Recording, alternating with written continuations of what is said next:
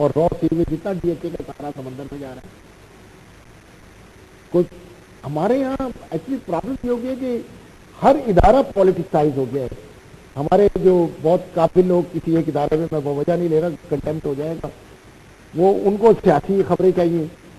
اگر ان موضوعوں پہ ایک دور تھا کہ بھائی ہماری جوڈیشری انوائرمنٹل ریلیٹڈ, مجھے یاد ہے کہ ہماری تنظیم نے ایک پٹیشن فائل کی تھی سندھ ہائی کورٹ میں کہ دن کے وقت بھی بلب جلتے رہتے ہیں. ویسے الیکٹریسٹی کا پاکستان میں پرابلم, دن کے وقت بھی KPFC والے بلب ہیں. تو جسٹس اجمل ناصر, مجھے یاد ہے کہ انہوں نے ایک اس پٹیشن پہ فیصلہ دیا تھا کہ ہر کھمبے پہ سوئچ لگا دیں, تو شہری آتے جب صبح کے وقت ہو تو شہری خود وہ اس علاقے کا سوئچ بنا. تو اس طرح کی جو شہر کے مسائل ہیں, جو عام لوگوں کے مسائل ہیں, اس کے اوپر اگر ہمارے لوگ, ہمارے جو جوڈیشری ہے وہ تھوڑا سا ایکٹیویشن. گزارش کی آپ سے شیخ صاحب, یہ جو بات آپ نے ہائی لائٹ کی بڑی اہم ہے. ہم نے تمام شہروں میں دیکھا ہے, عموماً میڈیا والے بھی اس چیز کو دکھاتے ہیں کہ بتیاں جب دن میں جل رہی ہوتی ہیں, لیکن بین الاقوامی سطح پر میں نے سنا ہے کہ ایک ایسا آلہ ایجاد کر لیا گیا ہے کہ جس طرح دن کی لیومینوسٹی بڑھتی ہے تو لیومینس کو میجر کر کے آٹومیٹکلی تمام بتیاں بند ہو جاتی ہیں جب ان کی ضرورت نہیں رہتی. ایسا سائنٹیفک میکنزم موجود ہے جو وقت کے اوقات کے حساب سے سائنس نے بڑی ترقی کر لی ہے اور بڑے کچھ بھی ایکسپینسو ہے. میں یہ کہہ رہا ہوں کہ تو سمپل, ہمارے جب علاقوں میں یہ اس طرح کے سوئچ لگ گئے, میں نے دیکھا کہ جو صبح فجر کے وقت بزرگ نماز پڑھنے جا رہے وہ بند کر دیتے, وہ واپسی میں نماز پڑھ کے آتے بند کر دیتے تھے, بند کر دیتے تھے. تو ایک سیونگ تھی, انرجی کی سوشل رسپانسبلٹی کا بھی احساس ہوتا ہے, انرجی کی سیونگ تھی. تو میں یہ کہہ رہا ہوں کہ اس طرح بھی تھوڑی سی توجہ آنی چاہیے ہماری جوڈیشری کی. آگے بھی سیاسی بات کروں. اچھا ڈاکٹر صاحب, ہم اپنی گفتگو کو جاری رکھیں گے, لیکن ہمیں چھوٹی سی بریک لینی ہے. بریک کے بعد ناظرین واپس آتے ہیں, اپنی گفتگو کو جاری رکھیں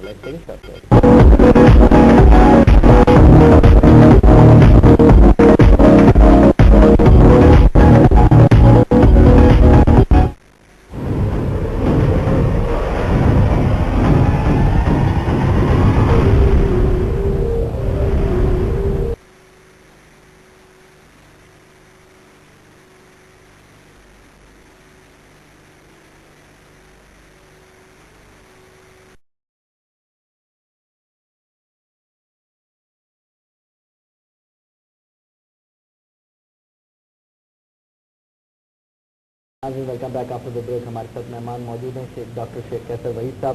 ان سے گفتگو ہو رہی ہے ماحولیات کے بارے میں, اور یہ کیونکہ فارماسیوٹیکل سیکٹر سے بھی بہت زیادہ منسلک ہیں, بڑی گہرائی سے ہماری معیشت کی جانب بھی دیکھتے ہیں, ہمارے معاشرے کو بھی دیکھتے ہیں, اور خاص طور پہ جو ہمارا ایک ماحولیاتی منظر نامہ ہمارے سامنے آ رہا ہے, ہم کوشش کرتے ہیں کہ ٹاکنگ بزنس کے اندر ماحولیات پر بھی گفتگو کر لیا کریں, کیونکہ اس کا جو معاشی امپیکٹ ہے وہ بہت ہیوی آ رہا ہے. خاص طور پہ آپ نے دیکھا ہوگا کہ سیلاب کی صورت میں, بارشوں کی صورت میں ہمارے یہاں کلائمیٹ چینج کی بھی ایک وزارت بن چکی ہے. تھوڑا سا اس بارے میں پوچھنا چاہوں گا آپ سے ڈاکٹر صاحب, یہ کلائمیٹ چینج کی جو وزارت ہے یہ کیا ہے؟ Is it a continuation of environment ministry یا یہ کوئی نئی چیز ہے؟ آئی تھنک ارادہ تو ان کا یہی ہے, لیکن پرابلم یہ ہے کہ ڈیولوشن کے بعد جو انوائرمنٹ کا سبجیکٹ ہے وہ ڈیوالو ہو چکا ہے. اچھا, تو اب اس کے نتائج کیا نکلتے ہیں یہ تو آنے والا وقت بتائے گا. اور یہ انوائرمنٹل چینج کی جو وزارت بنی ہے یہ کیا کر پائے گی اور اس کا مینڈیٹ کیا ہے, کیونکہ ابھی تک تو جب تک کوئی مینڈیٹ سامنے نہ آئے نا کہ یہ وزارت یہ کام کرے گی, وہ مینڈیٹ ابھی تک ہمیں پتہ نہیں لگا. جتنے بھی ہم انوائرمنٹلسٹ ہیں they are trying to find it out, اور تاکہ عوام کو بھی پتہ لگے کہ وہ کیا کرنا چاہتے ہیں اور ہم ان کے ساتھ تعاون کرنا چاہتے ہیں. میں ایک بات اور اس سلسلے میں کرنا چاہ رہا تھا. دیکھیں, اکنامک امپیکٹ ڈیزاسٹر کا, اور ڈیزاسٹر جس کو پہلے ہم قدرتی آفت کہتے تھے, اب ہم اس کو مین میڈ ڈیزاسٹر کہتے ہیں. مین میڈ ڈیزاسٹر جو انسان نے خود ڈیزاسٹر کریٹ کیا ہو اپنی حرکتوں کی وجہ سے. دیکھیں, کاربن ایمیشن ہم کر رہے ہیں because of vehicular traffic, because of industrial pollution, because of use of energy, unlimited use of energy ہم کاربن ایمیشن کر رہے ہیں, جس کی وجہ سے گلوبل وارمنگ, جس کی وجہ سے ویدر پیٹرن چینج ہو رہے ہیں. آپ یہ دیکھ لیں کہ کئی ملکوں میں جہاں پہلے سردی ہوتی تھی اب وہاں سردی اتنی نہیں ہوتی جتنی ہوتی تھی, برف پگھل رہی ہے. آپ کے گلیشیئر جو آپ کے حصے میں جو گلیشیئر آئے تھے ہندو کش پہ، وہ اب وہ اتنے تھک نہیں ہیں جتنے ایک زمانے میں کچھ گلیشیئرز تو سطح زمین پر ہیں، کچھ جو ہے سطح سمندر میں بھی ہیں، اس کا بھی امپیکٹ ہے. کہتے ہیں سی لیول بھی رائز کرے گی، کیا ہوگا؟ سی لیول تو رائز کر رہا ہے، سی لیول تو پچھلے 20 سال میں بےتاریخ رائز کر کے جس کی وجہ سے کافی پرابلم ہے. اور کچھ جو ملک جو جزیروں پہ مبنی ملک ہیں اور وہاں وہ اس کا بے تحاشا خطرہ محسوس کر رہے ہیں. آپ یہ دیکھیں کہ جاپان جیسا ترقی یافتہ ملک سونامی نے اس کے ساتھ کیا کر دیا. یہ چلو وہ انڈونیشیا میں یا تھائی لینڈ میں سونامی آیا تھا تو ہم کہتے ہیں کہ وہ اتنے ترقی یافتہ شاید ملک نہ ہو، پریڈکٹ نہ کر پاتے ہیں، ان کے پاس وہ سیسمیالوجیکل آلات نہ ہوں جو ڈیٹیکٹ کر سکتے ہیں کہ زمین میں کیا کیفیت چل رہی ہے. تو ایکسپرٹ ہے جاپان میں تو کیونکہ وہاں زلزلے بھی بہت آتے ہیں لیکن وہ پریڈکٹ نہیں کر پائے تھے کہ وہی، اور اس کے لیے پریپیئر نہیں تھے. جبھی تو ان کا ایٹامک پلانٹ بھی زد میں آ گیا اور آج تک ہر تیاری کی ہوئی ہے. میں آپ کو بتاؤں ان کی جو عمارتیں ہیں وہ لچکدار اس نوعیت کی ہیں، اگر آپ ان کی بنیادوں کو بھی دیکھیں تو وہ بھی لچکدار کے لیے تھوڑا سا نیا ہوگا کہ جب آپ جاپان جائیں تو وہاں پر جو ان کی جو بلڈنگیں ہیں ان کی بنیادیں اس طرح کے ان کے بچوں جو ہیں ان کی بھی ٹریننگ ہوئی ہوئی ہے. ان کو ہر سال ڈرل کروائی جاتی ہے پتہ نہیں کتنی مرتبہ، لیکن اس کے باوجود قدرتی آفات کا مقابلہ کرنا بہت مشکل ہے.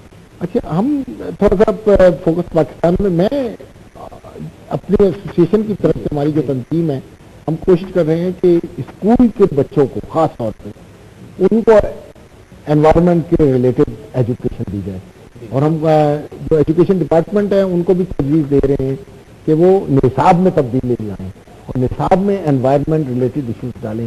مثال کے طور پر ایک بہت چھوٹے بچے کو پڑھایا جاتا ہے الف مد آب، الف مد آ سے آب پانی، تو جب وہ یہ کہیں الف مد آ بے ساکن آب تو وہ پھر پانی کے اوپر بریف کر کے پانی صاف پینا اچھا ہے، پانی کو صاف رکھنا اچھا ہے، پانی کو ضائع نہیں کرنا چاہیے، پانی بڑی قیمتی چیز ہے. اور اس طرح ریلیٹڈ چیزیں ہوا کے بارے میں بتائیں تو جب بچے کو پڑھائیں ہوا کے بارے میں تو پھر اسکرین کے اوپر ایگزامپل دیں کہ اس کے کیا فوائد ہیں، یعنی وہ انکانشیسلی جب ایک ایڈلٹ بن جائے تو اس کو پتہ ہو یہ چیز built in who. Built in.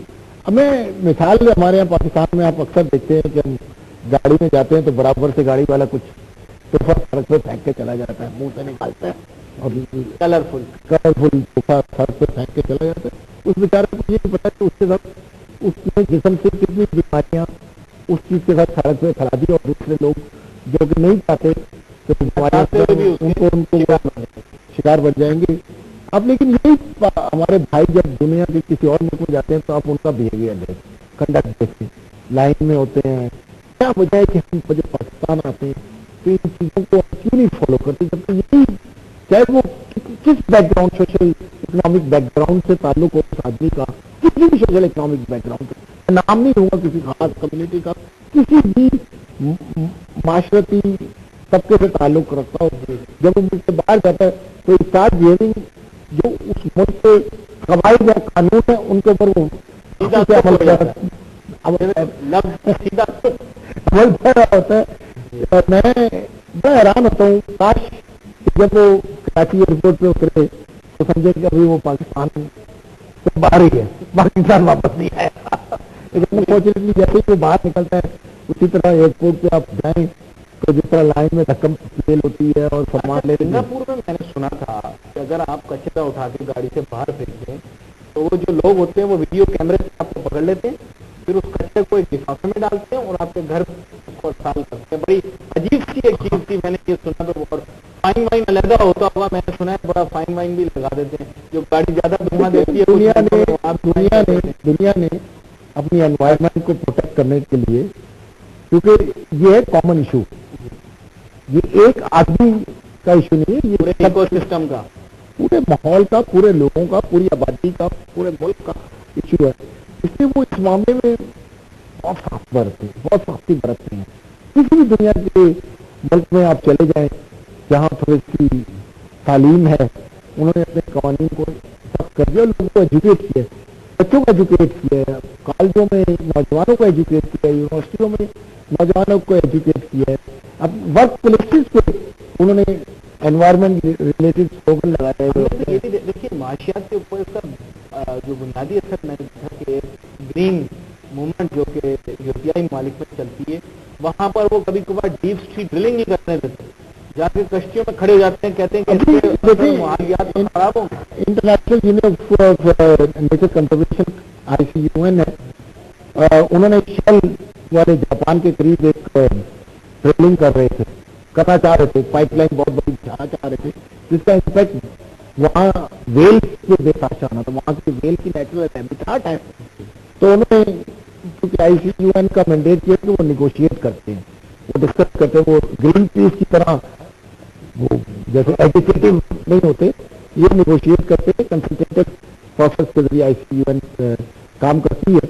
تو انہوں نے شل کے ساتھ کنسلٹیٹو پروسیس لایا اور شل نے ریئلائز کر دیا کہ یہاں یہ جو پائپ لائن بچھائیں گے اس سے نیچرل ہیبیٹیٹ جو کہ ویل ہے, مچھلیاں بڑی لارج سمندر کے جانور ہیں, ان کے اوپر بڑا ڈیزاسٹر ہوگا اور وہ وہاں سے ایکسٹنکٹ ہو جائیں گے, لیکن ختم ہو جائیں گے. تو اس وجہ سے انہوں نے اس کو پروجیکٹ کو, حالانکہ اربوں ڈالر وہ آلریڈی اس پروجیکٹ پہ خرچ کر چکے تھے, اربوں ڈالر, لیکن اس کے باوجود انہوں نے اس کو ختم کر دیا. اور ایک دیکھیے BP کا ایک بہت بڑا ڈیزاسٹر ہو گیا جہاں اتنے دیکھیں ترقی یافتہ ملک ہے امریکہ, ہاں لیکن وہ ہو گیا ہاں کوسٹ آف میکسیکو پہ, اور وہ ابلنا شروع ہو گیا تیل سطح زمین جو کہ سمندر کے نیچے ہوتی ہے وہاں سے. اب اس پہ کتنی پینلٹیز لگائی انہوں نے, BP پہ سوالیہ نشان لگے, ان کو بڑی سختی کی گئی. پچھلے کوئی 40-50 سال میں جو پیراڈائم شفٹ ہوا ہے کہ economy at the cost of environment, جو کہ اب دوبارہ ریورسل ہونے لگا ہے کہ economy not at the cost of environment, environment is supreme.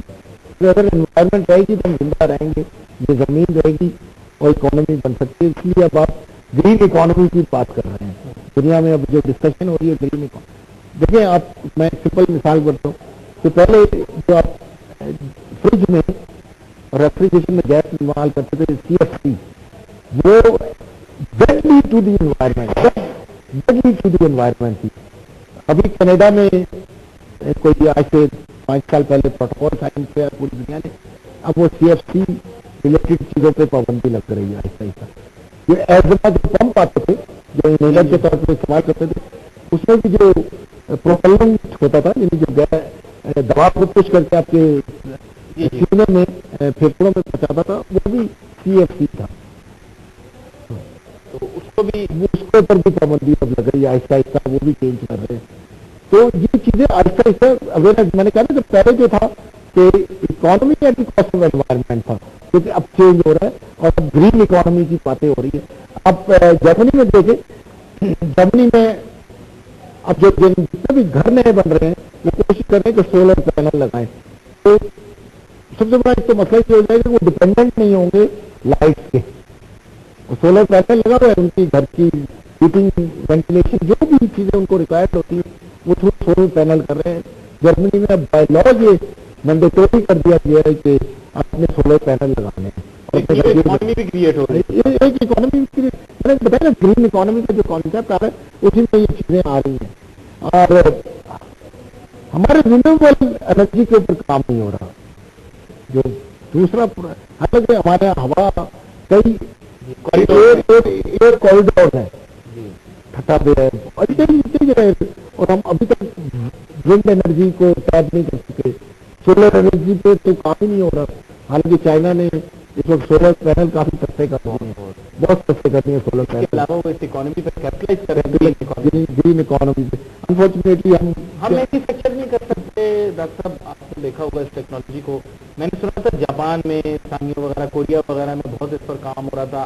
اب تو خیر چین اس کا ماسٹر بن گیا کیونکہ چین کے انٹروڈیوس سولر پینل کی بات کر رہے ہیں. سولر پینل, سولر سیل یا سولر سیل ہے پاکستان میں. دیکھیں اس وقت پرابلم یہی ہے نا کہ کنزمپشن اور اویئرنیس کا پرابلم ہے.